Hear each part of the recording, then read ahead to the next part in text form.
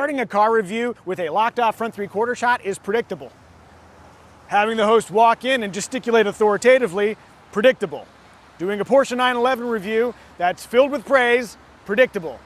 Cutting to B-roll right now, also predictable.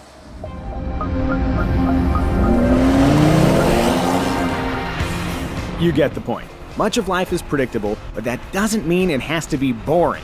Through its 8 generations, the Porsche 911 has evolved in measure, some might say, predictable ways. Predictably, the latest 911 is faster, more powerful, and more efficient than the 911s that preceded it. But do I look bored? All right, you get the premise. Let's make a predictably positive review of the 911. The 992 edition of the Porsche 911 is wider than the model it replaced and looks every bit the elite performance icon it is. Of course, you don't need me telling you how to feel about it. Take a few lingering moments to absorb its essence.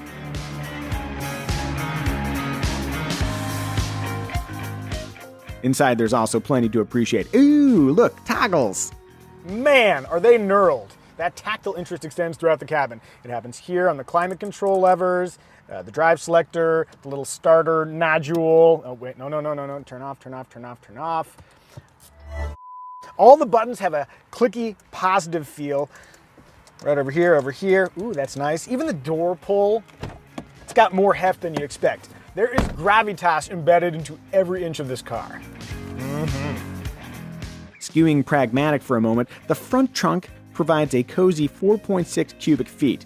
If that's not enough room for you, the rear seatbacks fold down, creating a cargo floor with convenient stops to inhibit your bags from launching forward as you test the brakes.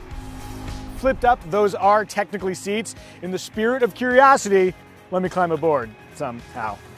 Okay. Headroom's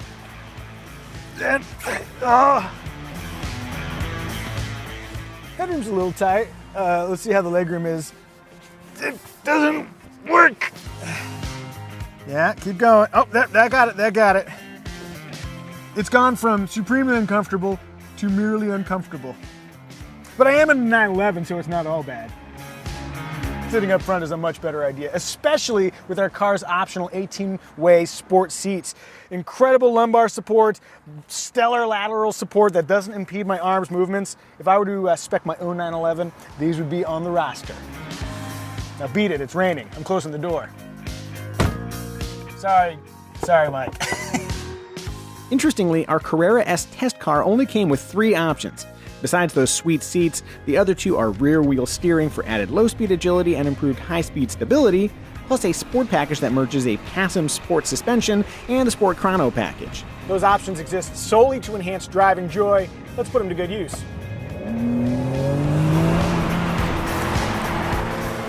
I'm not telling you anything you couldn't intuit, but the 911 steering achieves a special kind of magic. Like any good conversationalist, it speaks unambiguously without fatiguing the listener. What's that 911 steering wheel? You want me to drive faster? Okay. You know, the 911 was trying to tell us what to do all along, if only we'd listened. As the driver, you receive a constant information flow about the front tires and how they're interacting with the road. But that flow is distilled to the essentials, making the modern 911 a more than agreeable daily driver. It's an odd contradiction, but Porsche has created a car that's deeply engaging, but not overwhelming. Regardless of skill level, you too can haul booty in a Porsche 911 992. And yet there's never been a better time to Grand Tour the thing. Taking a break from all the warm fuzzies, let's talk about the many permutations of 911. Here goes. There's the Carrera, Carrera S, the all-wheel drive Carrera 4 and 4S, cabriolet versions of all those variants, the rocket ship 911 Turbo and Turbo S, plus GTSs, Targas, and any other variants that might have emerged between when I wrote these words and when I spoke them. Note, as of making this video, not all 911s have migrated to the 992 platform, but they will. And for all those prices I just showed, you'll need to add an extra $1,350 for delivery fees. Oh hey, 3-pedal fans, take heart, you can still get a 7-speed manual transmission in Carrera S models. All other 911s feature an 8-speed PDK dual-clutch transmission. In fact, our test car has the PDK. Providing fast, smooth gear changes and the immediate throttle response of a manual transmission, the PDK is a shame-free alternative to the manual gearbox. Mike, have you learned how to say the name correctly yet? Yes, I have. Poodle, Dinkle, Schnuckle, Kessenweiser? Pretty close. Porsche Doppelkupplungsgetriebe. I can edit this. Porsche Doppelkupplungsgetriebe. Almost had it. So close, so close. Regardless of engine, where thrust is concerned, the 911 is a true powerhouse.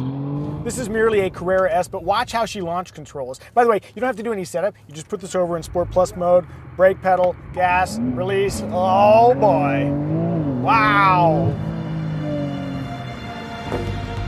Even the base Carrera can blast from motionless to 60 miles per hour in 4 seconds, according to Porsche. Make that 3.8 with the Sport Chrono package. Go Turbo S with the Sport Chrono package, and Porsche claims a 0 to 60 time of 2.6 seconds with a top speed of 205 miles an hour. Yeah. With all that speed potential, you'll be happy to know that the brakes feel amazing. The pedal is super firm, yet very easy to manage. It gives you the confidence to drive just a little bit quicker and accidentally turn the light off with your sheer speed. And these are the regular brakes. This is standard stuff, not even the optional carbon ceramics. Heartbreaking. Oh yeah, that's good stuff. Thought it might turn the light back on. If you'd like the longevity and heat resilience of carbon ceramic brakes, just tack on an extra $9,000 to the price tag. For true Porschephiles, those yellow calipers are a serious flex. From the driver's perch, I also have to note that there is clear visibility in all directions. It's hard to overstate how a clean view of the world through which you're traveling can elevate the driving experience, even if you're just passing a Prius. For altering your drive experience, there are sport and normal modes. If you spring for the $2,700 Sport Chrono package that I keep mentioning, not only do you get active driveline mounts, an analog stopwatch on the dash to keep track of those lap times, and launch control in PDK equipped models, you also get the steering wheel mounted knob to select normal, sport, sport plus, individual, and wet drive modes, each offering distinct throttle, steering, transmission, and chassis behavior. Placed in the middle of that dial is the Sport Response button. If you press it, the 911 gets ready for maximum performance for 20 seconds. It's like watching your coworkers at 4:59 on a Friday. And see you on Monday. So far, this has been a softball, love letter, mixed metaphor of a video for the 911. It's time to dig into some nuance. On the Mike Muzio Elbow Comfort Index, the Porsche 911 rates a stoic Teutonic squirrel. The armrests are placed a little too low for comfortable 8 and 4 usage. Consider that motivation to drive in a proper 9 and 3. The 911's familiar 5-ring gauge cluster has made its way to the 992's digital display. However, the steering wheel blocks the 2 outer rings. Suddenly, that square steering wheel on the Corvette doesn't seem so silly now, does it? The automatic engine start-stop system works pretty darn well, but it will shut off the engine in advance of coming to a stop sometimes, which takes a little getting used to. Not a big deal. The good news is that the system is defeatable and automatically deactivates when you're in sport mode. Maybe that's the automotive god's way of suggesting you leave your car in sport mode. You probably already know this, but the key looks like the car. Any guesses on how many of these are lost on a daily basis when people casually set them down at the bar? Oh, let me just hit my 911 keys here, huh? Ladies, what? My keys! As a testament to the 911's ongoing evolution, check the vestigial starter and transmission controls. Give it another generation or two, and I bet these fall off completely.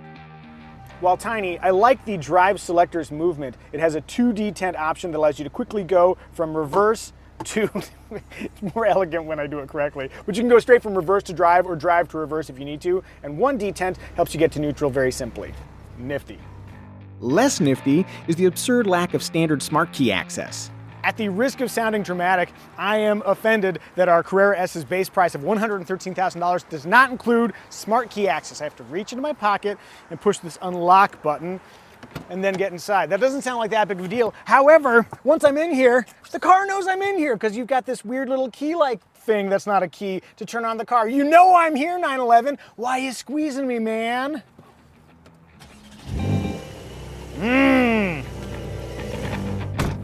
Comfort Access is a $550 standalone option.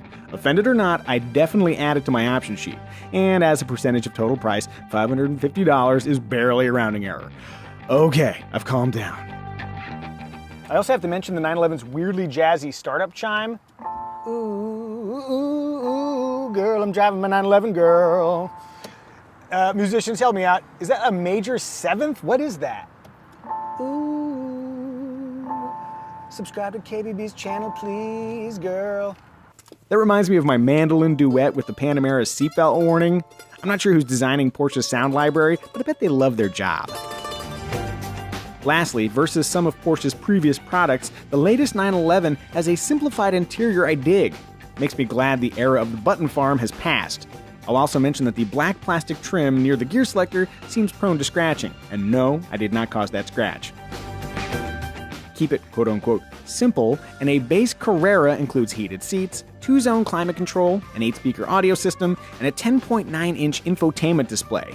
The interface looks clean and sharp, and I like the fact that when you use Apple CarPlay, it doesn't take over the entire screen, though as a consequence, the interface does look a little bit small. Don Cheadle's name is so little. The other thing I'll note is that on the left side, the submenus, you scroll through them, and scrolling through these while driving can be a little bit distracting. But overall, I think it's a great interface. Now more XM chill. Cut before we have to pay royalties. Our test car is lightly spec'd, but if you want to live your best Blue Book life, hashtag Blue Book life, Porsche will happily oblige via a daunting array of exterior and interior customizations. Seriously, if you want to burn down an afternoon, go explore Porsche's 911 configurator. I'm guessing if you're shopping 911s, only a 911 will do, but as a reminder, 100 to 200 grand could also buy you an Aston Martin Vantage, an Audi R8, or a very well-equipped Corvette. Like a very well-equipped Corvette. But again, if you've always dreamed of owning a 911 or you've owned countless Porsches before, there's a good likelihood that only a 911 will do. And why not? The 911 is a comically fast, deeply indulgent extension of Porsche's heritage. Yeah, buying one to celebrate your success might be the predictable move, but it is definitely not boring.